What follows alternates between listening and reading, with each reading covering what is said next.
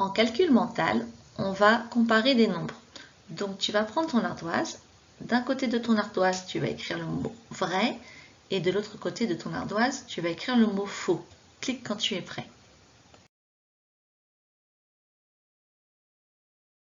25 est plus grand que 18. Vrai ou faux? C'est vrai, car dans 25, on a 2 dizaines, alors que dans 18, on a une seule dizaine. 21 est plus petit que 16.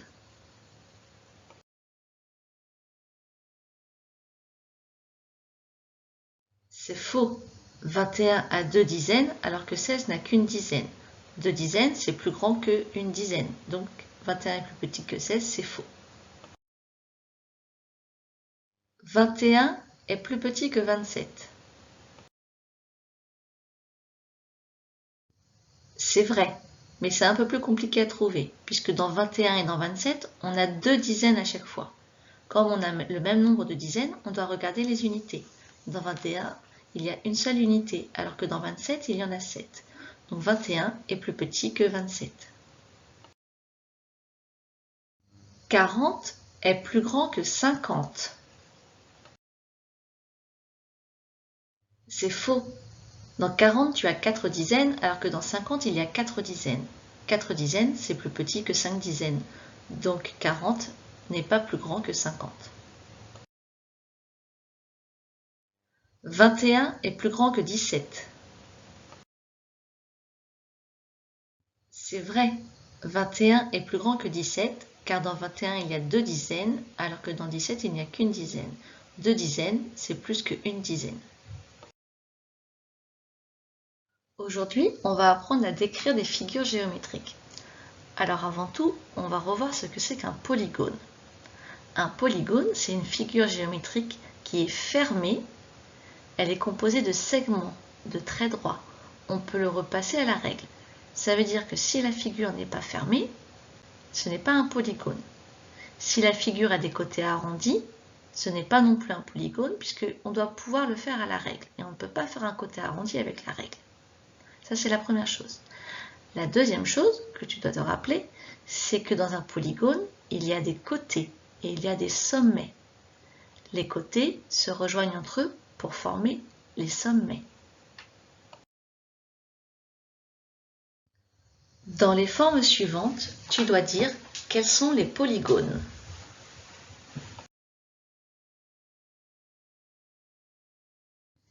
Il y a seulement 3 polygones.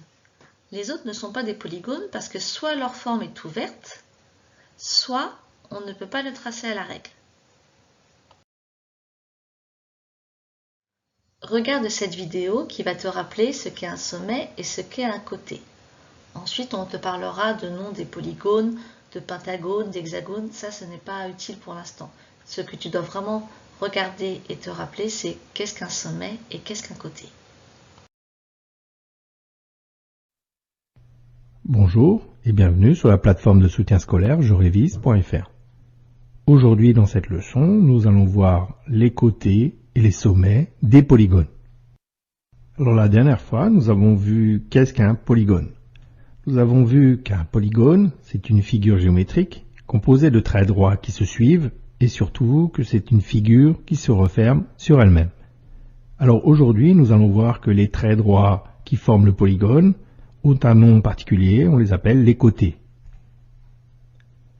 Formons un premier polygone avec un premier côté, donc un premier trait droit, un deuxième trait droit, donc un deuxième côté, un troisième côté, et on referme la figure avec un dernier côté.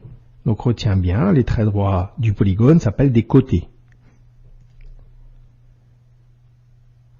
Mais les côtés se rejoignent entre eux en un point particulier. Ces points s'appellent des sommets. Ici, nous avons un premier sommet, donc c'est le point de jonction des deux côtés. Ici, nous avons un deuxième sommet. Ici, un troisième sommet. Et enfin, ici, un quatrième sommet. Donc, retiens bien, les traits qui forment un polygone s'appellent des côtés, et les côtés se rejoignent entre eux en des points qui s'appellent des sommets. Nous venons de voir qu'est-ce qu'un côté. Maintenant, nous allons voir que si l'on compte le nombre de côtés, on pourra donner un nom à un polygone. En fait, on va classer les polygones en comptant simplement le nombre de côtés du polygone. Prenons par exemple un polygone avec 3 côtés. Eh bien, ça s'appelle simplement un triangle.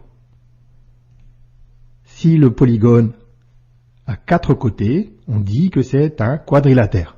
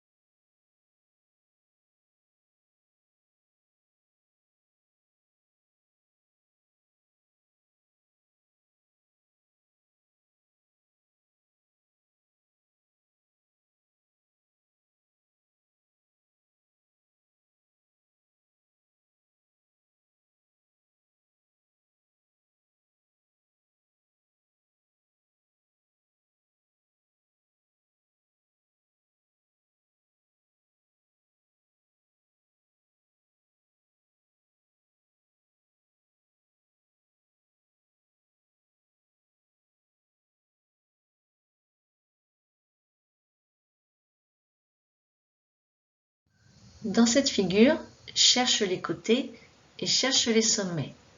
Écris sur ton ardoise combien il y a de côtés et combien il y a de sommets.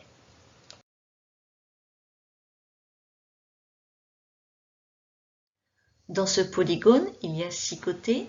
Je te les montre avec les flèches bleues. Et il y a également 6 sommets que je te montre avec les flèches rouges.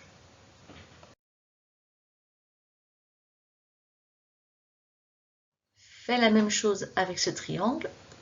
Écris sur ton ardoise combien il y a de côtés et combien il y a de sommets.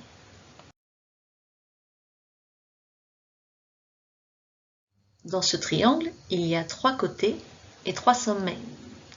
Tu peux remarquer qu'à chaque fois dans un polygone, il y a autant, c'est-à-dire le même nombre, de sommets que de côtés. Si j'ai 6 sommets, j'ai 6 côtés. Si j'ai 4 sommets, j'ai 4 côtés.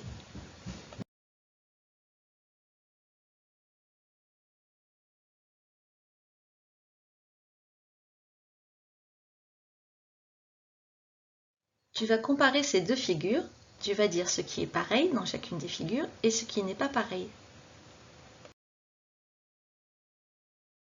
Les deux figures ont le même nombre de côtés et de sommets. Elles ont 4 côtés et 4 sommets. Par contre, le carré a tous ses côtés de même longueur.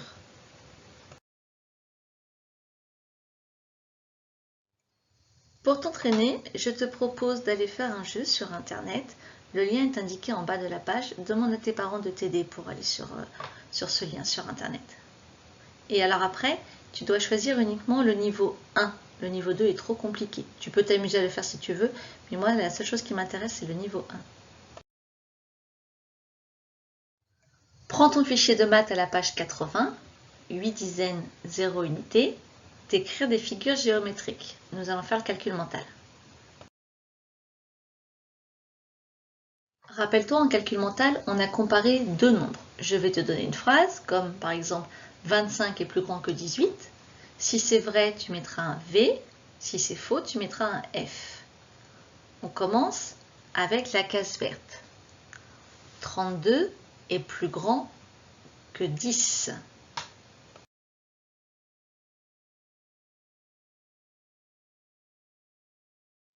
Case jaune. 27 est plus grand que 19.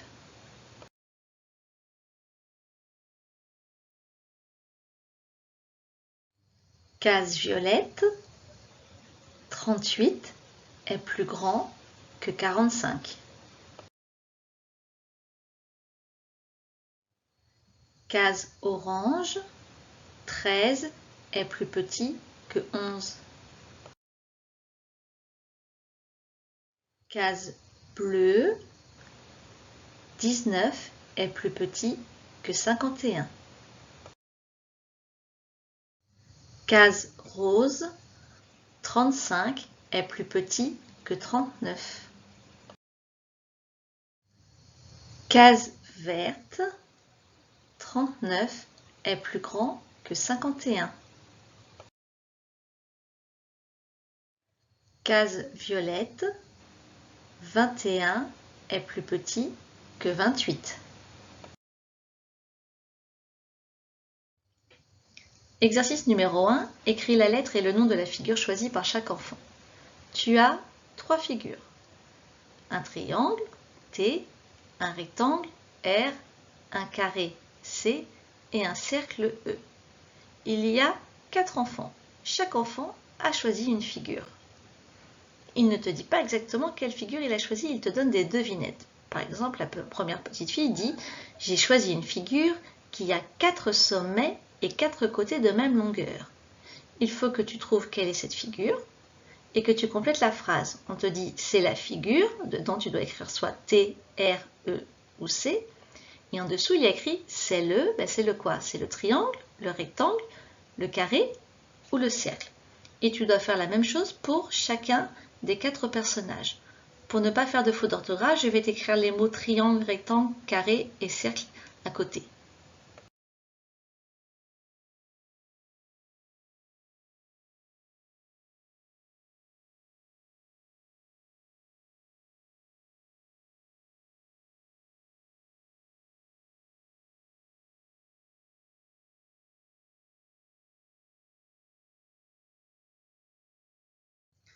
Exercice numéro 2. Observe cette figure.